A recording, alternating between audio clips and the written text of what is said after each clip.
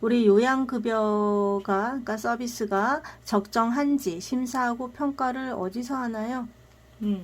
몇 번? 2번 공공부조와 의료보장에 해당되는 것은, 그러니까 공공부조이기도 하면서 의료보장이기도 한 걸 찾아라 그거예요.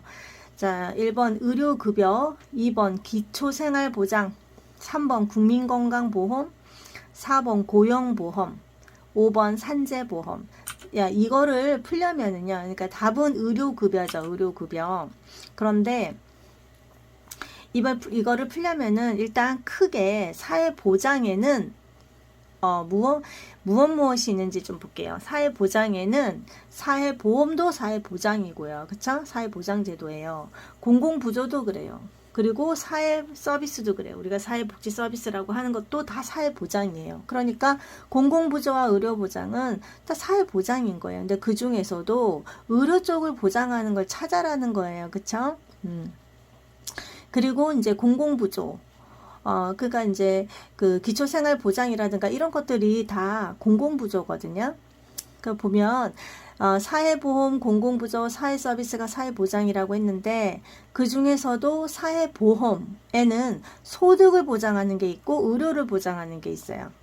그래서 국민연금이라든가 고용보험이라든가 산재 이런 것들은 소득을 보장하잖아요. 그죠? 연금도 그쵸? 소득 보장이고 고용보험도 그렇고 산재도 그래요. 근데 산재가 소득도 보장해 주지만 그쵸? 다치면은 의료 쪽도 보장해 주잖아요. 돈도 주지만. 그러니까 산재는 의료 보장도 되고 소득 보장도 되는 거라 그랬어요.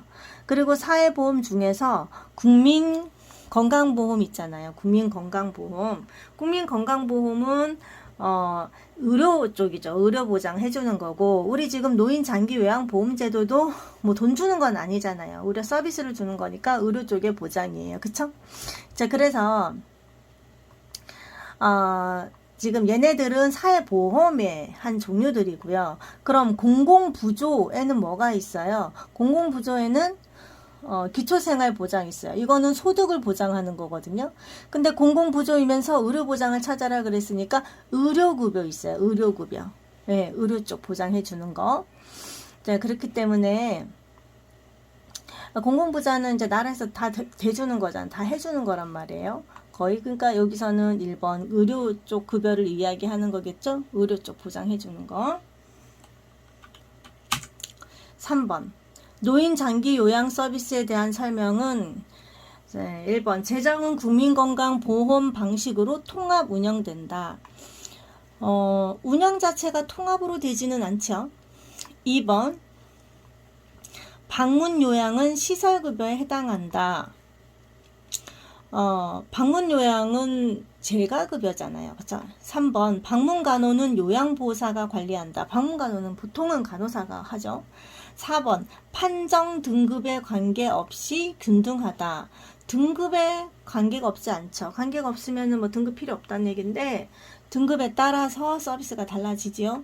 5번 재원은 장기요양보험료 국가지원, 본인 일부 부담금으로 한다. 맞죠?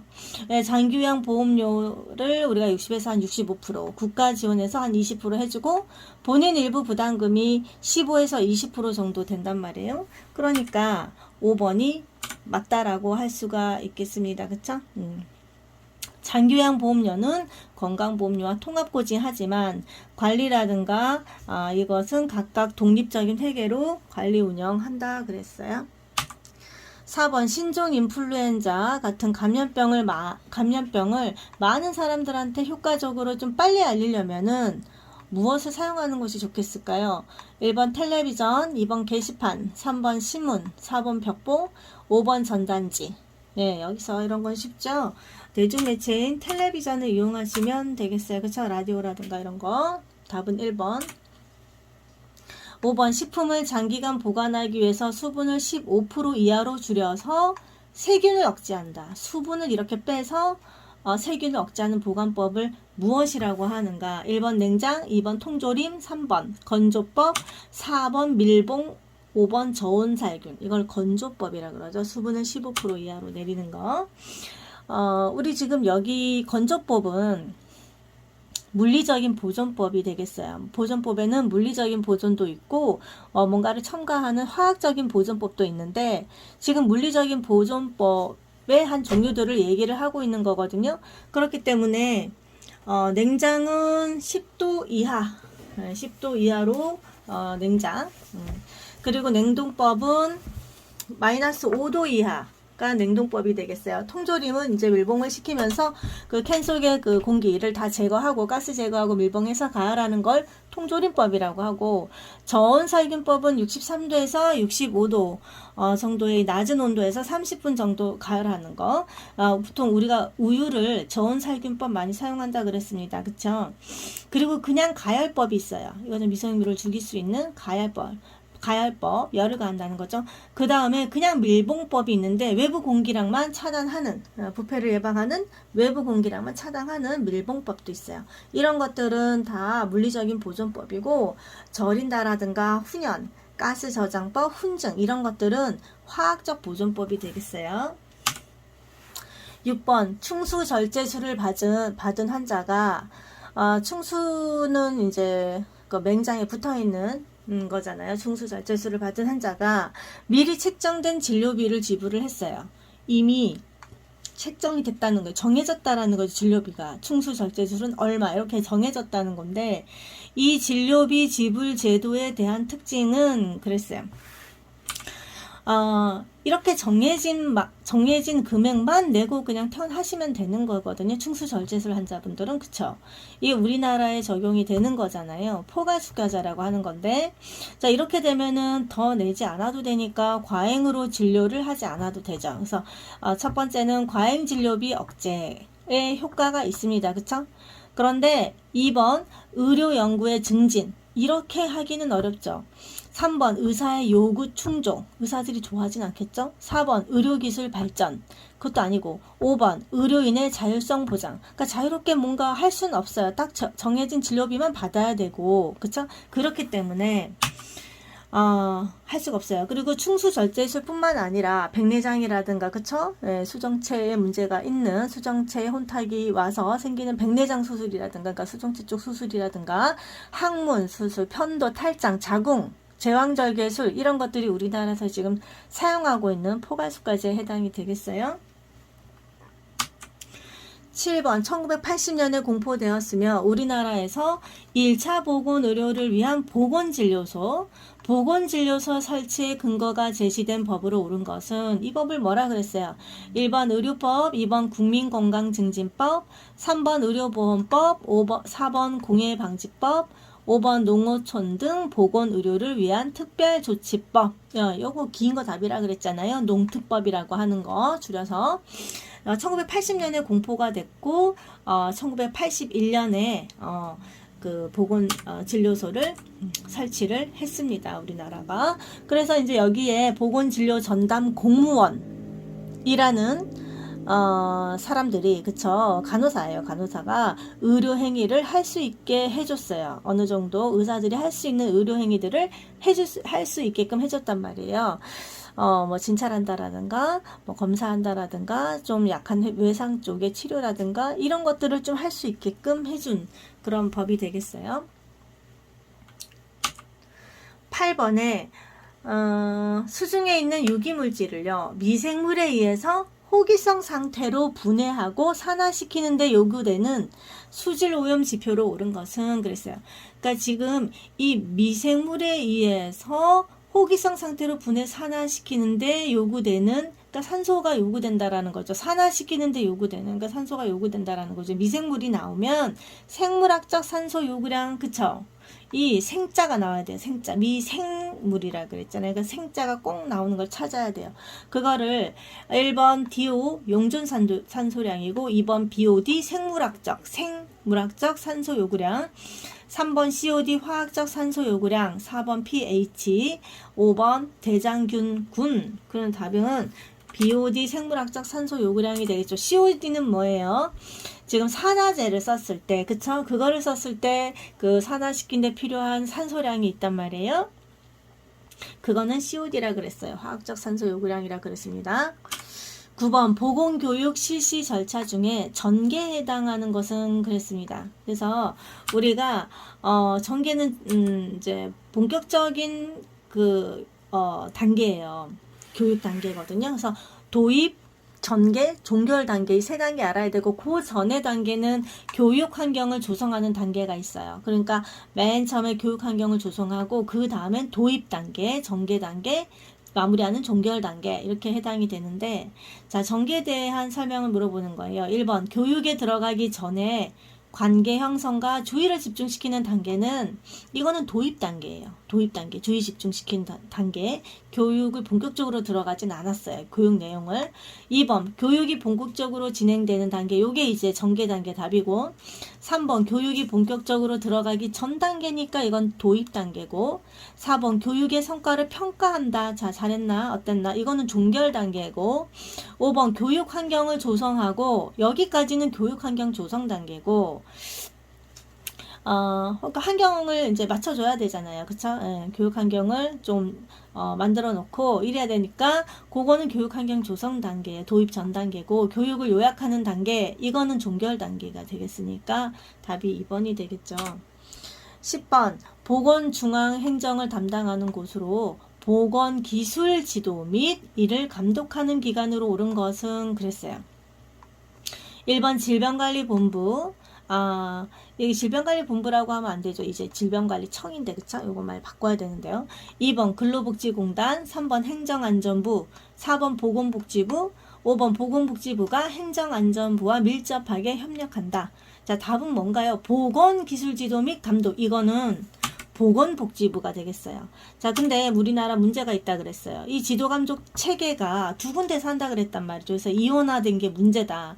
그래서 지금 행안부에서는 행정안전부에서는 일반적인 행정을 맡았어요. 인력이라든가 예산 지원에 관련된 부분들은 행정안전부에서 하고 지금 보건복지부에서는 이 보건기술지도 및 감독, 그쵸? 보건기술행정, 보건의료사업 지도 감독, 뭐 이런 말이 나오면 보건복지부에서 한다는 거죠. 이렇게 따로따로 하는 이런 문제가 생겼다라는 거죠. 이 상태라는 거예요, 우리나라가. 예, 한 곳에서 다 하지 않는다라는 거예요, 이걸. 11번 치매안심센터에서 하는 업무로 옳은 것은 자, 치매안심센터에서 무엇을 할까요? 자, 1번 국민건강검진을 실시하지 않죠? 예. 2번 치매 등급 판정이 여기서 나오는 건 아니잖아요. 3번 단기보호 서비스를 제공. 자, 이런 것들은 지금 뭐예요? 지금 공단 쪽에서 하는 거잖아요. 국민건강보험공단에서. 4번 치매 진단 국민건강보험공단이 아니라 국민건강보험공단에서 등급을 내고 그 등급을 가지고 그쵸 우리가 이제 요양기관으로 가야 되겠죠. 그리고 치매 진단 확진을 치매 안심센터에서는 하진 않고 5번 치매 보호자 교육 이거는 합니다. 네, 치매 보호자 교육은 해요. 그렇기 때문에 답이 5번 되겠어요. 보통 우리나라 같은 경우에 지금 중앙치매센터가 국립중앙의료원에서 위탁받아서 하고 있단 말이에요. 그러면은 그 중앙치매센터 밑에라고 할 수 있겠죠. 광역치매센터 가 있고 광역마다 이제 광역치매센터가 있어요. 그리고 그 밑에 또 보조하는 것이 치매안심센터예요. 여기서 이제 그 우리 조기 검진 그쵸? 할 수 있고 치매 조기 검진 할 수 있고 치매 상담 관리 사업 뭐 치매 보호자 교육 이런 것들을 할 수 있거든요. 자, 12번 사진 및 동영상을 삽입하여 활용할 수 있는 교육 매체는 자, 사진 동영상 이걸 삽입할 수 있다. 1번 한등기 OHP라고 하는 거 2번 파워포인트 3번 차트 4번 유인물 5번 융판 이랬는데 뭔가요? 파워포인트죠. 파워포인트 많이 사용하시잖아요. 사진도 두고 동영상도 삽입하시잖아요. 그쵸? OHP는 우리가 오버헤드 프로젝터 해가지고 투시 한등기 이거 글쎄요 지금 연배가 젊은 친구들은 잘 모를 수도 있어요. 그런데 뭐 40대 그쵸? 뭐 50대 이런 분들은 우리 그 옛날에 학교 다닐 때 선생님들이 이 투시 한등기 많이 사용하셨거든요. 강한 빛의 그림이라든가 사진 같은 거를 대면은요, 렌즈에서 크게 확대가 돼요. 그래서 우리가 앞에 화면을 보고 있으면 거기에 이제 확대가 돼가지고 사진 같은 걸 크게 볼 수가 있거든요. 선생님이 가지고 있는 거는 작은 그림인데, 예, 그거를 우리가 크게 볼 수가 있어요. 그러니까 그거는 사진, 그림 뭐 이런 거가 해당이 되겠죠. 물론 글씨도 되긴 하는데 글씨가 좀 커야 되겠고, 그럴 때는 뭐 글씨도 되죠. 사진 볼 때는 이제 좋았어요. 차트는 이제 우리가 뭐 그냥 이제 우리가 뭐 종이 차트 이렇게 생각하면은 이제 큰 종이들이라고 생각할 수가 있겠죠. 그러니까 종이를 그러니까 쓸 수 있는 종이 그런 것들을 이제 계속 넘기는 거죠. 거기다가 뭐 쓰고 다 쓰면 또 뒤로 넘기고 그 종이가 또 있어. 그러면 또 쓰고 유인물은 아니고 융판은 이렇게 우리가 이렇게 찍찍이 같은 그런 걸 딱 붙일 수 있는 그런 판 있죠. 보통 초록색으로 많이 된 거 그런 융판. 여기서는 2번 되겠어요. 13번. 노인을 대상으로 한 집단 보건교육 방법으로 옳은 것은? 자, 지금 노인 집단에게 보건교육 시킬 거란 말이죠. 이런 건 쉽죠. 1번. 전문용어 사용. 뭐 전문용어 모르시겠죠? 2번. 어려운 내용은 반복해서 교육한다. 이거 어때요? 괜찮아요? 괜찮죠. 3번. 한꺼번에 여러 가지를 교육한다 했는데 이거 노인을 대상으로 이렇게 뭐 여러 가지 한꺼번에 하기는 어르신들이 수용하기가 어렵다. 4번. 복잡한 시청각 자료를 활용한다. 뭐 시청각 자료 활용하는 건 좋은데 복잡한 요게 걸리죠? 5번. 교육 시간을 길게 잡는다. 자, 어르신들은 이렇게 집중력 떨어지는데 길게 잡지 말자 그랬어요. 14번. 발표자와 청중이 모두 전문가. 제가 모두 전문가 하면 심오하구나 해서 심포지엄으로 가라 그랬는데요. 사회자의 진행하에 발표자, 청중, 사회자까지 사실은 모두 전문가예요. 2명에서 5명의 전문가로 구성돼서 발표 후에 토의를 하는 것은 그랬어요.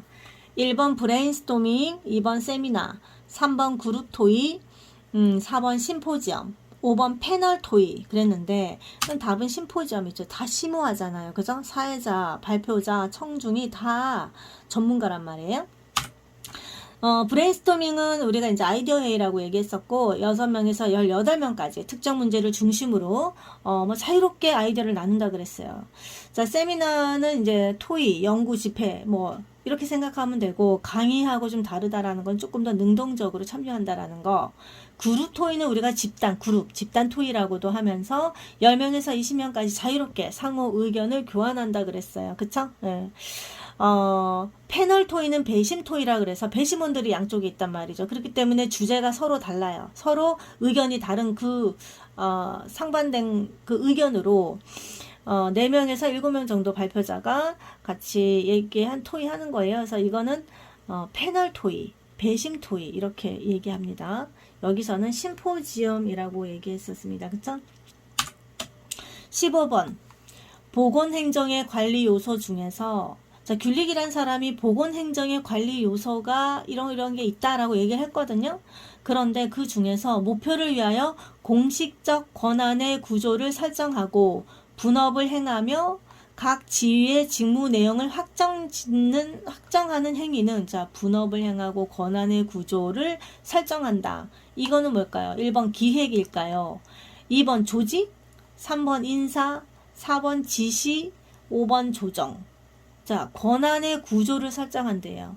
그리고 분업을 행하고 각 직위마다 직무 내용이 뭐다 이렇게 확정을 한다. 이거 뭔가요? 조직이죠. 그게 조직이라고 합니다. 조직.